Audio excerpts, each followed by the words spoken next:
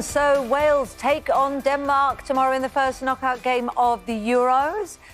Denmark were on the verge of going out before an emphatic win over Russia catapulted them into the last 16, while Wales held their nerve to claim second spot in Group A. It's impressive that when you look at that. Isn't it? Huge. So much going on. Both of them will be hoping to claim a place in the quarterfinals. But who will be victorious? Cheering on their compatriots are former Denmark and Manchester United goalkeeping legend Peter Schmeichel and former Wales and Celtic striker John Hartson. Good morning to both of you. Good morning. Peter, the calm before the storm. How are you feeling this morning ahead of the big match tomorrow? I feel good. I feel comfortable with the way our team has performed and everything that it's been through.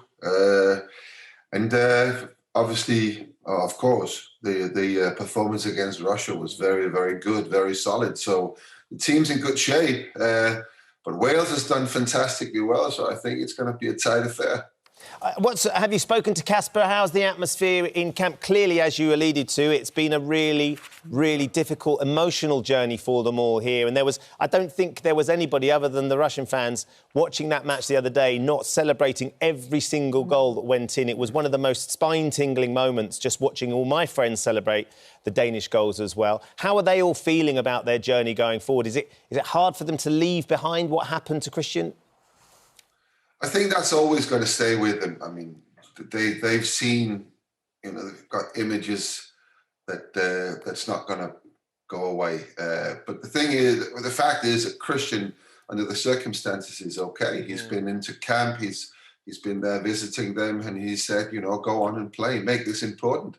Make the Euros important. We've been looking forward to this for years. So, and I think against Russia, they went out and made football important again. And the atmosphere in that camp is fantastic. If they weren't binded together before, they most certainly are now. And John will agree with me that it's a team thing that actually carries you through when you are one of these smaller countries like Wales and Denmark are. So the atmosphere is good, and I'm very hopeful. Absolutely, and it must be heartening in a way to have that kind of support from other countries. It is. They were traumatic circumstances, there's no doubt about that. Nobody really, really wants to see that. Nobody is expected to see that in sport. And of course, when something like that happens, and of course with the outcome of it as well, you get a lot of automatic sympathy from around the world, and of course they had to go out afterwards and play the game, finish the game, which they lost to Finland 1-0, and of course on that there will be a lot of sympathy, and it's been brilliant. I mean, I've been very, very proud of football, and I've been proud of people actually in the last 2.5 weeks or so. I think the way that people have come out and shown their support, they've been open about their emotions and their feelings about that. I think something good will eventually, come of all this. And we've seen a lot of good here in Denmark in the last period. Yes, and I think everybody feels that way. John, we're making no apologies for being right behind Wales in this, though. It's got to be said. But how will it affect the team, or will it even affect the team playing against Denmark, seeing what they've been through, and will that be in their mind? Well, I know that Ben Davies was teammates with Christian Eriksen for a number of years, both together at Spurs. So I know that Ben's been in constant contact with Christian, and he's been reporting back to the likes of Gareth Bale, who's finished the season at Spurs, and one or two of the other guys that know Christian in the Wales camp. And it's really encouraging to know that Christian is, feeling much better. And, he's out of that critical stage, if you like. But, you talk about the game, and Wales after... It's a difficult one because you take all the emotion away from things. Wales have a job to do. They have a game to win. It'll be an extremely difficult game. It's in Amsterdam. Wales will have no supporters there. The Welsh fans are not even allowed to travel to Amsterdam. And when you think that, Denmark have had 3 home games in Copenhagen, and they'll have a lot more fans again in Amsterdam tomorrow evening. So, if you think about it, all that put aside, I would have said it's a 50-50 game, but I would probably say, with all the support as well for Christian, and rightly so, that, Denmark have become everybody's second favourite team now. I would probably make Denmark slight favourites, but not just because of the fans, but I think they're a fantastic team as well. You go through their players, and they've got some really, really good players playing for top clubs around Europe. Although we've got that as well. You do. The likes of Ramsey at Juventus. And, I think, John, the other thing I'm heartened by for the Welsh squad particularly, and I absolutely agree with Peter. What's fantastic is we've got 2 of the smaller nations that are coming together in a knockout stage, which means one of them's going to go forward. It's a shame that they can't both go forward, because I think so many people will be feeling that Denmark have some sort of destiny or fate about what they've been through. But we really want Wales to do well. But Wales have done this recently, of course. In 2016, they were so successful, went far beyond anyone's expectations. And that Welsh team spirit and belief that they can achieve is so vital, isn't it? Taking that step onto the pitch in the trust and the belief that you can do this. You've done it before, you can do this is huge. Well, absolutely. And, we're a small country, but we've got great character within the group. We've got tremendous spirit. All the lads are together. A lot of them have been brought up together. The golden generation we saw in France when they reached the semi-final. And now there's another golden generation coming through, so it's credit to the youth setup and the academy setup in Wales. You look at the likes of Ampadu, Nico Williams, Hardy Wilson, Dan James, Dave Brooks, Kiefer Moore. They produced that great golden generation, if you like, in 2016. And now they're producing more great players. And, there's some unsung heroes like Joe Morrell, who's currently at Luton but not been playing many games. He's really an important figure in the Welsh setup. Aaron Ramsey didn't play an awful lot of games towards the end of the season. Dan James has been in and out at Manchester United. So, we are a small nation, Ben, but we've got that tremendous spirit and that togetherness. And I think Peter knows 1992, Denmark won the whole tournament. With John Jensen scored that great goal. I played with JJ at Arsenal. But, you need that character. You need that togetherness if you're going to go on and succeed in these tournaments. It's set brilliantly, isn't it? The Dragons versus the Vikings in many ways. That spirit that you embody within your nations. Peter, I don't doubt for a minute that the Danes are going to underestimate the Welsh and what they could do on the day. How do you see it going? Yeah, we're most certainly not going to underestimate Wales. We have played them recently in the Nations League. There were tight affairs.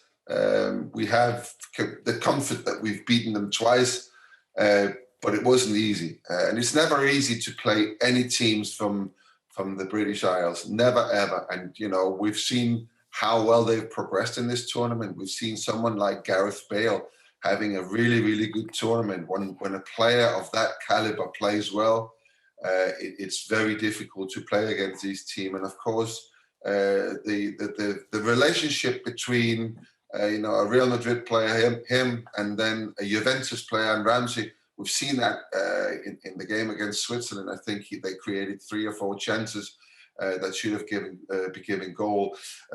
And I mean, they are a dangerous side to play. We are very well prepared. We have the same thing as John's talking about, that team spirit. We are a small nation.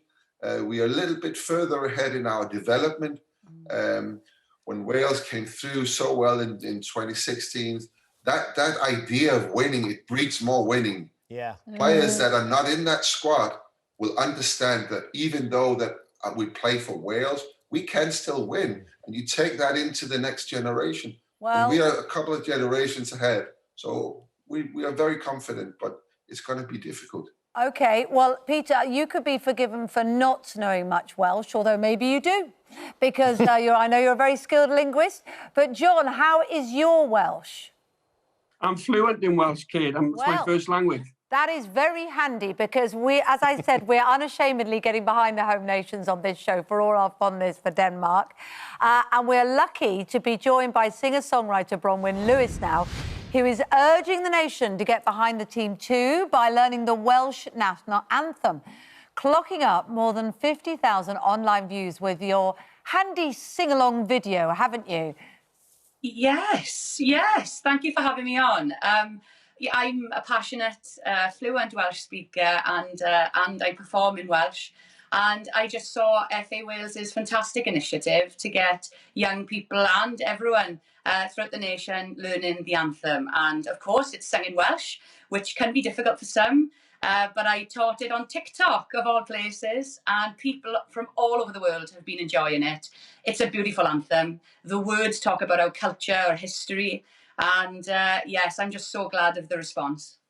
For me, it's one of my favourite anthems. Whenever I'm particularly at the rugby, because of course you are such a passionate rugby nation, and I'm there watching England versus Wales, you can't help but join in with the Welsh national anthem. Really? Yeah, absolutely. You join in because it's such a. You want to be careful what you say. No. I'm very happy to say this. It's such a great anthem. I mean, I obviously love my country, but they've got a better anthem. So you've got the chance to join in. Yeah, I'm not sure I'll go that far, because, Bronwyn, you're going to do this in Welsh for us this morning, aren't you? I am, yes. And I know which bit you're on about joining in. It's gwlad, which means my land, my land. And if you'd like to join in for that bit then, and Kate, you're more than welcome. I will. Okay? We're going to get John too as well, I think, and also Peter. I'm sure Peter will be joining in, undoubtedly. Let's We're going to put the words on the screen in both English and Welsh. If you're sitting at home, you can join in. Peter and John, hopefully you will as well. But here is Bronwyn Lewis with the Welsh national anthem. Mae hen wlad fy nhadau yn anwyli mi, glad bairddach antorion, enwogion nofri, ein gwir o'r afelwyr, glad garwyr tramad, dros yr ydyd coll a sant, a'i gwaed,